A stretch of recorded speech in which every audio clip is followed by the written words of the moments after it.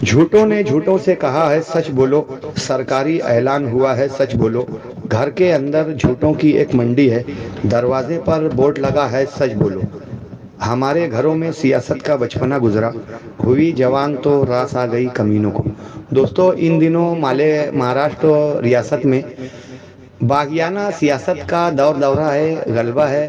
इन दिनों वजीर आला, उप वजीर आला के लिए अचानक अजीत दादा पवार ने शपथ ली और बीजेपी, शिंदे सेना और एनसीपी के बागी वर्कर्स एक जगह हो गए, जो आज रियासत भर में खबर का बाइस रही। सारे चर्चा का बाइस यही रहा, हर जगह इसी बात की चर्चा होती रही, हुकूमत को लेकर, हुकूमत को लेकर।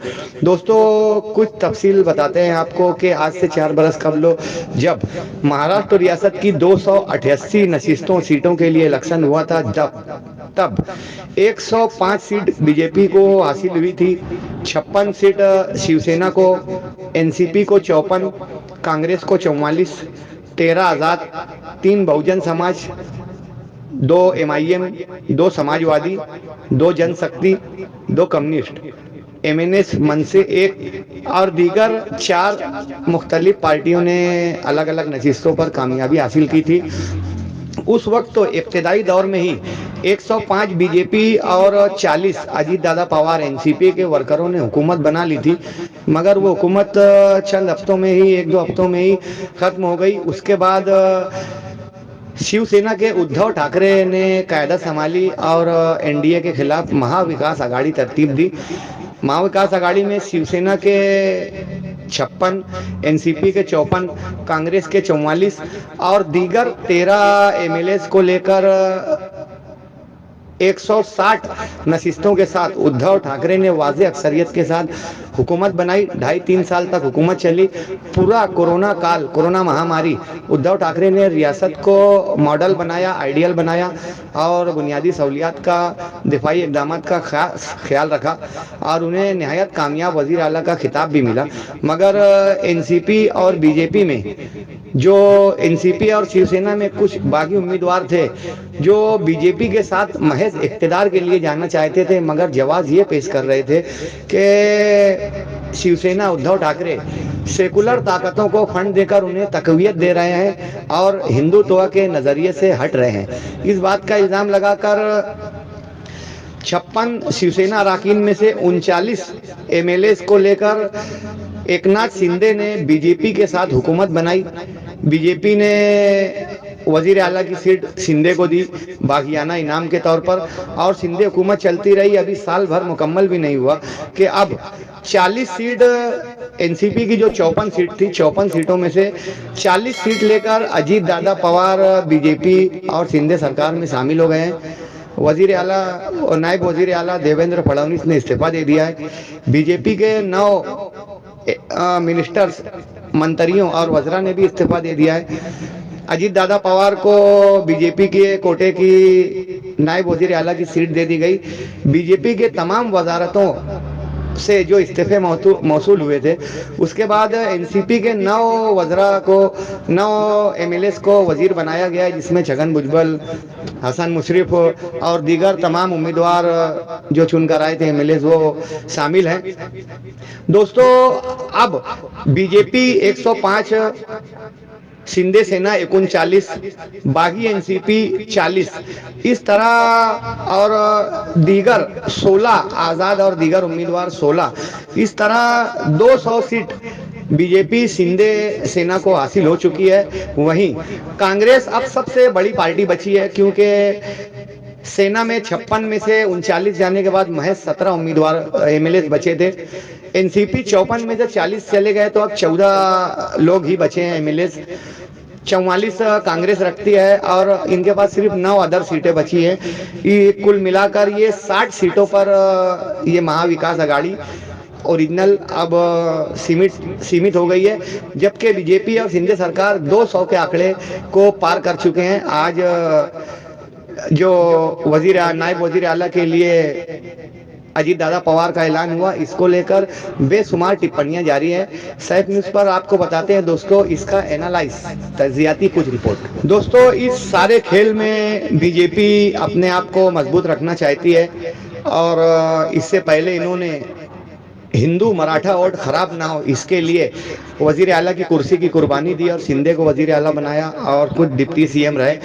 अब जब एनसीपी के भी बागी मेंबरान आ गए हैं तो उनके लिए जगह खाली करते हुए बीजेपी ने बड़ी कुशादा दिली का काम किया है और आने वाले वक्तों में के लिए शिंदे सरकार को बीजेपी ने बता दिया है कि आपका मुतबादिल तैयार हो चुका है। 39 की जगह 40 मजीद बागी अराकीन आ चुके हैं, इसलिए अब शिंदे सरकार को भी होश में लाए जाने की बातें सामने आ रही है। वहीं आने वाले वक्तों में दोस्तों ये भी हो सकता है कि फडणवीस सीएम बन जाए और अजीत दादा पवार डिप्टी सीएम और शिंदे को अहम ओहदे गृह मंत्रालय, डिफेंस मिनिस्ट्री, वजारत दाखिला और दीगर अहम ओहदे शिंदे अहबाब को देकर इस तरह एक मेशवर हुकूमत बीजेपी बना सकती है।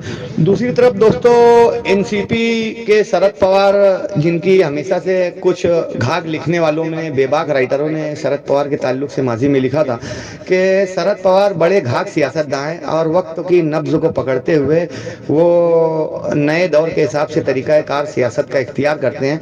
शरद पवार का नज़रिया है कि हुकूमत में रहो, कमाओ, वर्करों को बांटो, पार्टी को प्रमोट करो, राज करो और तंजीमी ढांचे को मजबूत रख के सियासत में अव्वल मुकाम हासिल करते रहो। इसके लिए शरद पवार बड़े काइयाँ माने जाते हैं, बड़े घाघ माने जाते हैं, बड़े गेमलर माने जाते हैं। महाराष्ट्र की सियासत में उन्होंने पोलो दगाड़ी बनाकर बताया था, जिस वक्त अब्दुल रहमान अंतोले और ये अशोक चौहान साहब के वालिद यशवंतराव चौहान सीएम थे, उस वक्त तो बागी नेहाल अहमद जैसे बागी जनता दल और दीगर अराकीन को लेकर, नेहाल अहमद और दीगर अराकीन को लेकर शरद पवार ने पोलो दगाड़ी बनाई थी और एनसीपी की उन्होंने बुनियाद डाली थी, कांग्रेस से बगावत की थी। शरद पवार के पास बागियाना तेवर है, वही अजीत दादा पवार में शायद आ गया है, मगर सियासत में सबसे ज़्यादा दिमाग अगर रियासत में कोई चलाता है तो वो शरद पवार है। दोस्तों कुछ लोग तो ये भी कह रहे हैं कि शरद पवार एनसीपी और कांग्रेस गठबंधन में कांग्रेस के साथ रहते हुए भी कांग्रेस के साथ गेम कर देते हैं और हमेशा ऐसी कोशिश करते हैं कि कांग्रेस से ज़्यादा एनसीपी की सीट रियासत में रहे, ताकि अपोजिशन लीडर का ओहदा या वजारत आला का तमाम ओहदा एनसीपी के पास रहे। इसके लिए आपने देखा होगा कि एमपी इलेक्शन में निहाल साहब भी खड़े हो गए थे। दोस्तों इस तरह की बेशुमार बातें हैं जिसको लेकर सियासी चालबाजियों में शरद पवार अव्वल नंबर पर माने जाते हैं। अभी उन्होंने कांग्रेस को तो मुकम्मल खत्म कर दिया था रियासत से, मगर शिवसेना इनके लिए एक दीवार बनकर खड़ी थी जो उनकी तरक्की में की राह में एक मुदाखलत का काम कर रही थी। शिवसेना को खत्म करने के लिए उन्होंने शिंदे को भी सपोर्ट किया और उस वक्त जब शिंदे बगावत कर रहे थे शरद पवार खामोश रहे, जबकि चाहते तो वो डिफेंस करके उस हुकूमत को बचा सकते थे, उद्धव ठाकरे की सेकुलर हुकूमत जो मानी जा रही थी, मगर शरद पवार ने ऐसा नहीं किया। अब दोबारा शिवसेना को खत्म करने के बाद शिंदे सेना मजबूत हो रही है, तो शिंदे सेना को किस तरह खत्म किया जाए, तो इस तरह हो सकता है कि कुछ लोगों को बीजेपी के साथ भेजकर इख्तिदार में भी रहा जाए और सेकुलर ताज भी अपने सर पर रखा जाए कि रिंद के रिंद रहे, हाथ से जन्नत न गई। दोस्तों आने वाले वक्तों में जिस तरह शिंदे और उद्धव ठाकरे में पार्टी निशान के लिए और पार्टी सिंबल के लिए, पार्टी के नाम के लिए झगड़ा चला, इस तरह का सियासी नाटक महाराष्ट्र में एनसीपी के साथ भी हो सकता है कि ये लोग अक्सरियत में हैं तो पार्टी का निशान भी ले सकते हैं और आने वाले वक्त में पार्टी के नाम और पार्टी के सिंबल पर भी दावा कर सकते हैं और हो सकता है कि एक नया एनसीपी में ग्रुप शामिल हो। बहरहाल शरद पवार के जो वफादार हैं, सुप्रिया सोले, जयंत पाटिल, जितेंद्र आव्हाड जैसे लोग आज भी शरद पवार के साथ में हैं। हो सकता है कि सेकुलर वोटों का खराबा ना हो, इसलिए शरद पवार ने अपनी दुकान छोटी ही सही साइड में रखी और कुछ लोगों को बुझवा कर अपना काम भी करवा लिया। यह हो सकता है कि उनके साथ भी ओरिजिनल में बगावत हो गई हो, क्योंकि महाराष्ट्र भर में बगावत का दौरा है। अब कहीं भी कोई शख्स ऐसा नहीं है कि जो जिस थाली में खाता है उसमें छेद नहीं करता। दोस्तों आइए अब बात करते हैं मालेगांव शहर की। जब हुकूमत तब्दील हुई मालेगांव पर इसके कई तरह के असरात मुरत्तब हुए। अब एनसीपी में शेख आसिफ हैं और एनसीपी के ज़्यादातर अरकान बीजेपी में चले गए हैं अजीत दादा पवार की क़यादत में। तो मालेगांव में इसका क्या असर होगा? शेख आसिफ किसके साथ रहेंगे? अजीत दादा पवार के साथ या शरद पवार के साथ? सेकुलर नज़रियात के साथ या फिरका परस्तों के साथ? नुमाइंदे से आसिफ शेख की बातचीत हुई तो उन्होंने कहा कि पार्टी ने अभी किसी भी तरह का कोई फैसला नहीं लिया है। जिस तरह का आदेश पार्टी की जानिब से आएगा उस पर अमल करते हुए आइंदा मीडिया में अपनी बात, अपना इज़हार ख्याल किया जाएगा। दोस्तों, बहरहाल एनसीपी की साख कमज़ोर हो सकती है ज़्यादातर अरकान के जाने से। शेख आसिफ के लिए लोगों की जानिब से यही मशवरा पेश किया जा रहा है कि इनको सेकुलर नज़रियात और शरद पवार के साथ ही रहना चाहिए। वहीं ऐसे में मुफ्ती साहब को मुफ्त में डिमांड मिल गया। दोस्तों, सिंधी हुकूमत के वक्त तो भी कई तरीके की बातें आ रही थी, कई तरीके के 5 स्टार होटलों के वीडियोस भी वायरल हो रहे थे। अब हुकूमत इधर उधर होने से हो सकता है कि मुफ्ती साहब का डिमांड मज़ीद बढ़ जाए, मगर सिंधी हुकूमत में जो फंड मुफ्ती साहब के लिए दिया गया था, क्या उसका फॉलो अप लेकर उसे हासिल किया जाएगा या हुकूमत तब्दील हो जाने की वजह से उस फंड के आने में कुछ तकलीफ आ सकती है? इस तरह की बात भी आवाम के सामने आ रही है। या ये भी हो सकता है कि शेख आसिफ साहब के अजीत दादा पवार से करीबी मरासिम है, वो रहे शरद पवार साहब के साथ में, मगर काम काज के नाम पर अजीत दादा पवार से वो तामीराती कामों के लिए फंड ला सकते हैं। वहीं नई हुकूमत के साथ अच्छे मरासिम रखने में मुफ्ती साहब का भी जवाब नहीं। तो हो सकता है सिंधी हुकूमत की तरह मुफ्ती साहब भी अजीत दादा पवार और दीगर नए वज़रा से मालेगांव शहर में फंड ला सकें। बहरहाल दोस्तों, आने वाले वक्तों में ये कहा जा रहा है कि फडणवीस सीएम होंगे, अजीत दादा पवार डिप्टी सीएम, शिंदे वजीर दाखिला और अहम ओहदे शिंदे के पास। मगर इन तमाम सियासी उथल पथल को लेकर रियासत में मासी हालात ख़राब हो सकते हैं, क्योंकि हुकूमत दिगरगू होने से जो फाइनेंसर्स हैं अक्सर ये मार्केट से सरमायाकारी का पैसा समेट लेते हैं। ऐसे में सियासी चर्चा और पुलिस इंतज़ामिया को तकलीफ, जगह जगह धरने मोर्चे। जब उद्धव ठाकरे को छोड़कर शिंदे सेना अलग हुई थी तब काफ़ी मुजाहरे हुए थे और इंतज़ामिया को काफ़ी परेशानी हुई थी। अब देखना ये कि एनसीपी में गद्दारों को किस तरह सज़ा दी जाती है। वहीं इन तमाम बातों को लेकर आला लीडरान, जो सेकुलर लीडरान है, जो हुकूमत में शामिल नहीं है, जो इस सारे गेम से दूर है, वो बैठे बैठे किनारे से पत्थर भी मार रहे हैं। इम्तियाज़ जलील का ट्वीट फी ज़माना रियासत भर में काफ़ी मकबूलियत हासिल कर रहा है। वहीं संजय राउत, उद्धव ठाकरे, शरद पवार वगैरह भी टेढ़ी दबाड़ी बोल रहे हैं। कुछ लोगों का तो ये भी कहना है कि ये हुकूमत अजीत दादा पवार ने नहीं बनाई, ईडी ने बनाई। वहीं हसन मुशर्रफ के इन फिरका परस्तों के साथ वजारत में शामिल होने पर भी हर्फ आ रहा है, जैसे इससे पहले अब्दुल सत्तार शेख सिल्लौड़ के वजारत हासिल करने पर हुआ था।